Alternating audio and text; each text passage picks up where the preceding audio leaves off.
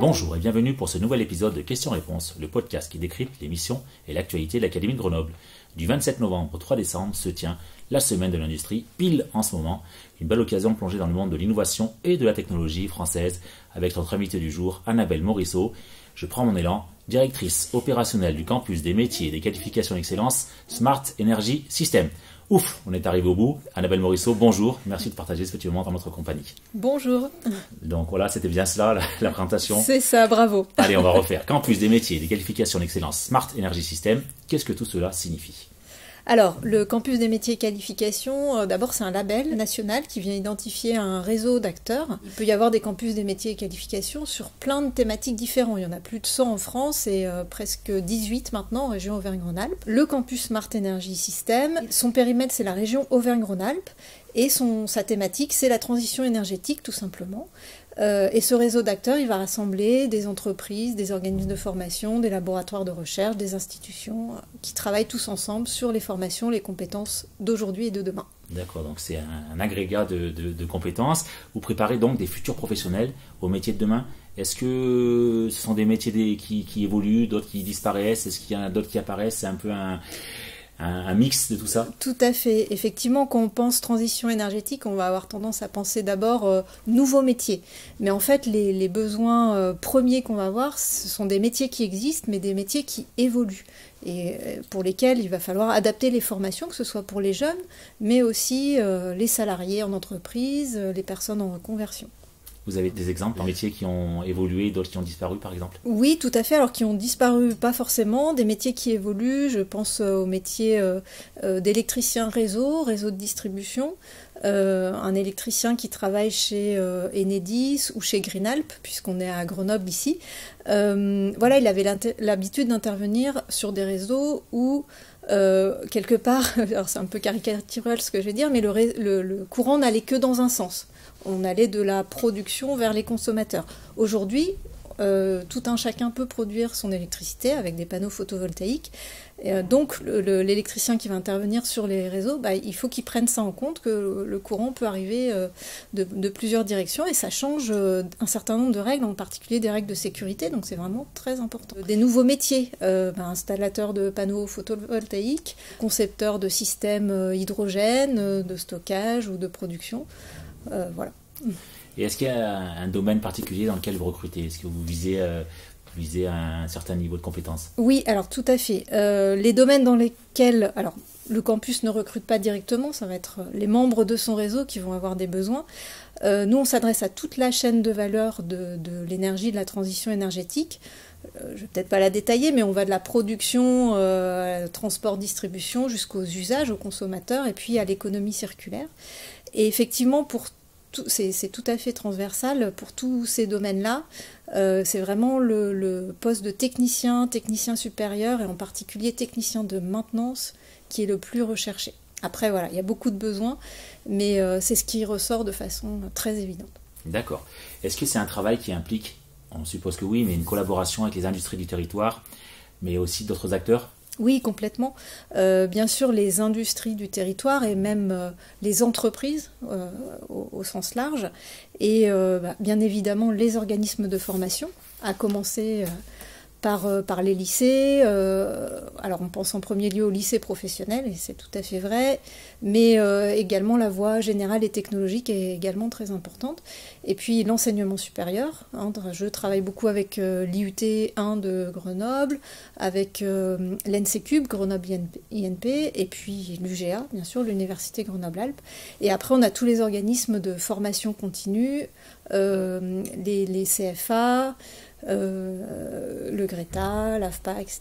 Donc tous les organismes de formation, des laboratoires de recherche. On travaille actuellement avec un docteur en psychologie et des labos de l'Université Grenoble-Alpes aussi. Et puis des acteurs institutionnels. La région est un partenaire essentiel du campus des métiers et qualifications Smart Energy System, Pôle emploi, des syndicats d'énergie, Grenoble-Alpes Métropole, etc. D'accord, ça veut dire que vous adressez en fait à des jeunes, mais aussi un peu des moins jeunes, des gens qui veulent se reconvertir par exemple. Tout à fait. D'accord.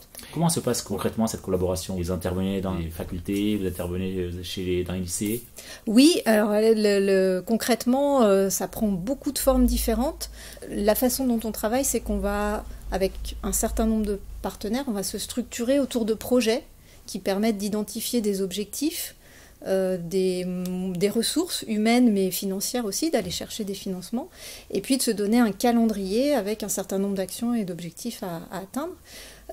Et ensuite, les actions qu'on définit, elles sont multiples. On va travailler sur ce qu'on appelle l'attractivité des filières et des métiers. Donc là, effectivement, ça va être des interventions dans des établissements de formation auprès de jeunes, moins jeunes. Mais on fait aussi venir ces jeunes dans les entreprises, ça va dans les deux sens. On travaille sur ce qu'on appelle aussi, un petit peu de jargon, mais de coloration de diplôme ou de formation. On va amener une thématique dans un diplôme. Par exemple, il y a un BTS au lycée des Portes de Loizan de Visil qui s'appelle le BTS CIRA, contrôle industriel et régulation automatisme, sur lequel, avec l'entreprise Waga Énergie, on a amené une coloration gaz vert. Voilà, on travaille sur l'achat d'équipements pour améliorer aussi la pertinence de la formation, et on a des actions à l'international également. Très bien, donc une palette large et variée. Tout à fait. Du 27 novembre au 3 décembre, donc se tient la semaine de l'industrie. Est-ce qu'il y a des événements qui sont organisés au sein de cette semaine?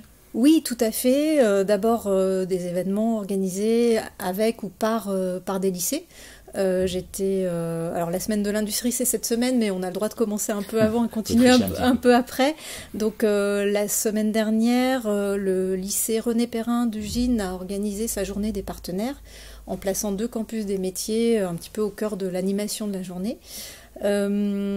Cette semaine, le lycée Ferdinand Buisson à Voiron organise aussi une inauguration de ses plateaux techniques, et voilà, le campus est associé à l'animation avec grand plaisir.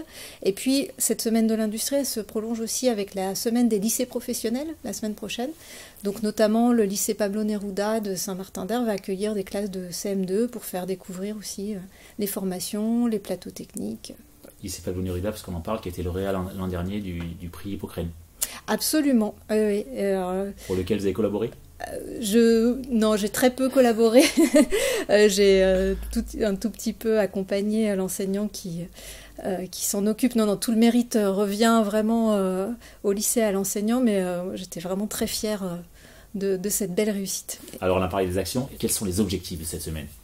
Alors, les objectifs de cette semaine, c'est de valoriser l'industrie auprès de l'ensemble de la population, de la faire connaître avant même de la valoriser, et puis de rendre les métiers qui sont associés attractifs, notamment auprès des jeunes.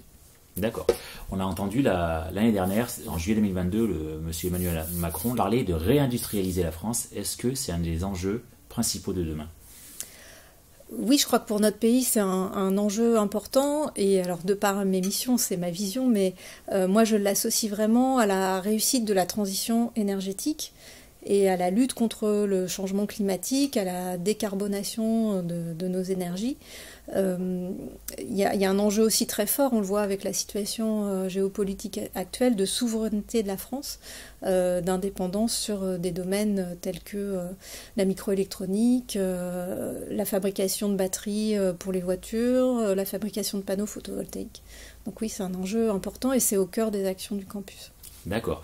L'entretien touche à sa fin. Annabelle Morisseau, s'il fallait résumer le monde industriel en un seul mot? Renaissance. Renaissance, c'est joli. Une chose importante à ajouter sur le CMQ Smart Energy System, une remarque ou une réflexion dont nous n'aurions pas parlé? Oui, peut-être un petit mot sur un travail qu'on vient de conduire avec l'ONICEP, le comité stratégique de filière Nouveau Système Énergétique, et puis un collègue qui est ingénieur pour l'école, de l'association Ingénieurs pour l'école, qui s'appelle Michel Burel. Nous avons travaillé sur une liste de 100 diplômes qui concourent à la transition énergétique, qui ont été remis aux ministres Carole Grandjean, Agnès Pannier-Runacher et Roland Lescure la semaine dernière, et qui vont faire l'objet d'une mise en lumière par l'ONICEP à travers une sorte de label le 22 janvier prochain. Et bien ce sera le mot de la fin. Avant cela, la dernière question un peu plus légère, c'est l'instant récré. Quel a été votre meilleur souvenir à l'école, Annabelle Morisseau ?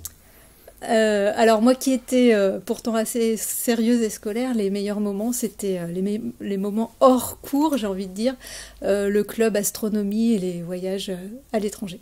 Très bien, eh bien, merci beaucoup Annabelle Morisseau d'avoir pris le temps de répondre à nos questions et de nous avoir éclairé sur le campus des métiers et des qualifications CNQ, Smart Energy System. Vous pouvez retrouver cet échange sur notre chaîne YouTube, abonnez-vous pour ne pas rater les épisodes suivants, YouTube, Instagram, LinkedIn, Twitter. Rendez-vous très bientôt pour un prochain épisode de Questions-Réponses, le podcast de l'Académie de Grenoble.